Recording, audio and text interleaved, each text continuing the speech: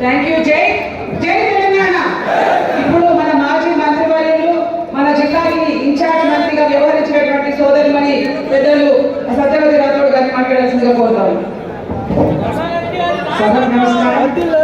ఈరోజు భూపాలపల్లిలో ముఖ్య కార్యకర్తల సమావేశానికి సభాధ్యక్షత చేస్తున్న గౌరవనీయులు మాజీ జిల్లా పరిషత్ చైర్మన్ ఈ జిల్లా పార్టీ అధ్యక్షులు గడ్డా జ్యోతి గారికి, ఈ సమావేశ ముఖ్య అతిథి మన అందరి అభిమానం మన నాయకులు తెలంగాణ రాష్ట్ర ప్రజల ఆశాజ్యోతి కల్వకుంట్ల తారక రామారావు గారు, బీఆర్ఎస్ పార్టీ కార్యనిర్వాహక అధ్యక్షుల వారికి, గౌరవ పెద్దలు అనుభవజ్ఞులు ఈ నియోజకవర్గాన్ని అన్ని రంగాల్లో ముందుంచడానికి ఆ రోజు ఎంతో కృషి చేసిన గండ్రా వెంకటరమణారెడ్డి గారు, మాజీ శాసనసభ్యులు గారికి, గౌరవ పెద్దలు శాసన మండలి ఉపాధ్యక్షులు అన్న మండా ప్రకాష్ గారికి, గౌరవ పెద్దలు పెద్ది సుదర్శన్ రెడ్డి గారికి, పోచంపల్లి శ్రీనివాస్ రెడ్డి గారికి, రాజయ్య గారికి, సమ్మారావు గారికి, వేదిక మీద ఉన్న బీఆర్ఎస్ పార్టీ నాయకులకు, వేదిక ఎదురుగా ఉన్న బీఆర్ఎస్ పార్టీ కుటుంబ సభ్యులందరికీ, మీడియా సోదరులందరికీ పేరు పేరున నమస్కారం. 2014 కంటే ముందు భూపాలపల్లి ఎట్లుండే ఈరోజు ఇట్లుండటానికి కారణం కేసీఆర్ ఆశీర్వాదం. ఆ రోజు జయశంకర్ సార్ కేసీఆర్ గారిని వెంటబెట్టుకొని తెలంగాణ ఉద్యమంలో ముందుండి నడిపించిందనే ప్రేమతోని కుగ్రామంగా ఉన్న భూపాలపల్లిని జిల్లా కేంద్రంగా చేసి ఒక చిన్న అవసరం వస్తే సామాన్యుడు కూడా సర్ది కట్టుకొని వరంగల్ పోయే పరిస్థితి నుంచి కేసీఆర్ తెలంగాణ తెచ్చిన తర్వాత మరి తెలంగాణ వస్తే మొదటి ఫలాలు వెనుకబడిన భూపాలపల్లి, ములుగు లాంటి ప్రాంతాలకు అందినాయంటే అది కేసీఆర్ గారికి ప్రాంత ప్రజల మీద ఉన్న ప్రేమకు నిదర్శనం చెప్పి నేను సందర్భంగా తెలియజేస్తున్నాను. నేను ఎక్కువ మాట్లాడను, మనమందరం ఎదురు చూసేది రామన్న మాటల కోసం. వారు ఈ నియోజకవర్గం మీటింగ్ కి అంత దూరం నుంచి వచ్చిండ్రు. ఇందాక సమారావు గారు అన్నట్టు అడుగడుగున దారి పొడుగున హైదరాబాద్ నుంచి ఇక్కడి వరకు వచ్చే వరకు అందరూ కూడా ఒక గొప్ప స్వాగతం పలకటంతో ఇంత ఆలస్యమైంది. నేను సాక్షి. ఆ రోజు గండ్రా వెంకటరమణారెడ్డి అన్నతో కలిసి 5 ఏళ్ళు ఈ జిల్లా అభివృద్ధిలో మేము పాల్పంచుకున్నాం. నిజంగా ఎవరు ఎన్ని మాట్లాడినా, ఎన్ని కుప్పగంతులు వేసినా ఈ కలెక్టరేట్ మీద ఉన్న కేసీఆర్ పేర్లు మా పేర్లను గురి చేయలేరు. ఈ ఎస్పీ ఆఫీస్ మీద ఉన్న, ఈ మెడికల్ కాలేజీ మీద ఉన్న పేర్లను తీసేయలేరు. ఎవరన్నారు ఒకప్పుడు హాస్పిటల్ పోదామంటే సరైన సౌకర్యాలు లేవు, కానీ కోవిడ్ అప్పుడు అన్నా నేను అందరం కలెక్టర్ మేము కలిసి ఇదే ఏరియా హాస్పిటల్ పోతే తెలంగాణ ప్రజలే కాదు ఛత్తీస్గఢ్ ప్రజలు కూడా కేసీఆర్ నాయకత్వంలో తెలంగాణ హాస్పిటల్లో మంచి మందులు దొరుకుతున్నాయి, డాక్టర్లు అందుబాటులో ఉంటున్నారు, మంచిగా ప్రసూతి చేయిస్తున్నారు అని చెప్పి ఇక్కడికి వచ్చి ప్రసవాలు చేయించుకున్న సంగతి ఇంకా తెలంగాణ ప్రజలు మర్చిపోలేదు. మేము మర్చిపోలేదని చెప్పి నేను తెలియజేస్తా ఉన్నాను. ఇవాళ చాలా మంది అమ్మలందరూ ఆ రోజు రేవంత్ రెడ్డి ఇందాక అన్నట్టు మరి రేవంత్ రెడ్డి గారంటే ఒక దొంగల మూటకు నాయకుడు. మరి అదేదో తెలుగుదేశం ఉన్నప్పుడే అది రుజువైంది. ఆయనే స్వయంగా పట్టుబడి జైలుకు పోయి వచ్చిన నాయకుడు.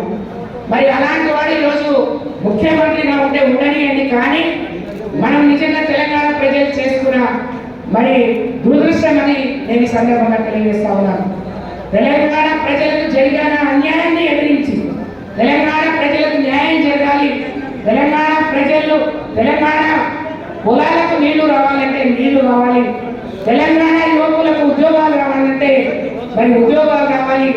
మన నిధులు మనకు రావాలని ఆ రోజు కేసీఆర్ చావులో తలబెట్టి తెలంగాణ సాధించిండు.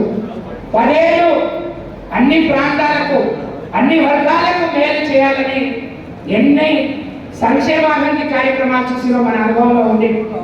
అన్నతో పాటు మన కాంగ్రెస్ ఎమ్మెల్యేగా ఉన్నప్పుడు నేను తెలుగుదేశంలో ఎమ్మెల్యేగా ఉన్నా. 200 వచ్చాయి, దేనికి సరిపోవు అని ఏజీకి పెట్టిన 300 పెంచలేదు. కానీ కేసీఆర్ పేదోడి ఆత్మగౌరవం, ఒక వృద్ధుడి ఆత్మగౌరవం పెరగాలని 200 ఉన్న పెన్షన్ 2000 చేసిండు. నేను రమణన్న ఇదే చిట్యాల మండలంలో మరి కళ్యాణ లక్ష్మి చెప్పులు ఇవ్వడానికి పోయినాం. ఒక గిరిజన మహిళ చెప్పులు లేకుండా ఈ పండు టెండలు వస్తాను.